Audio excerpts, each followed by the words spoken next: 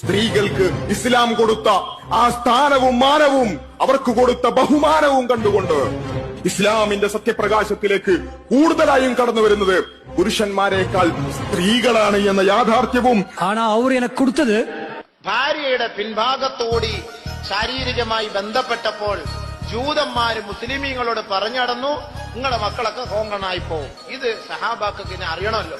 നേരെ എന്ത് ചെയ്തു? അന്ന റസൂലുള്ളാഹി സ്വല്ലല്ലാഹു അലൈഹി വസല്ലം ഫഖീല ലഹു, നബി തങ്ങളോട് ചോദിക്കപ്പെട്ടു. ആയത്ത് ഇറങ്ങി, സ്ത്രീകൾ നിങ്ങളുടെ വിളനിലമാണ്, നിങ്ങളുടെ വിളനിലത്തിൽ നിങ്ങൾ ഇഷ്ടമുള്ളതുപോലെ കൊയ്തുകൊള്ളുക. നബി തങ്ങൾ വിശദീകരിച്ചു തരുന്നു. മുഖ്ബിലത്തൻ വമുദ്ബിറത്തൻ, മുൻഭാഗത്തുകൂടെയും പിൻഭാഗത്തുകൂടെയും. വിശദീകരണം ഒന്നുകൂടെ, ഇദാ കാന ഫിൽ ഫർജ്, അത് ഗുഹ്യഭാഗത്തുകൂടെ ആയിരിക്കണം. അവിടെയാണ് വിഷയം. ഗുഹ്യഭാഗത്തുകൂടെ ആയിരിക്കണം.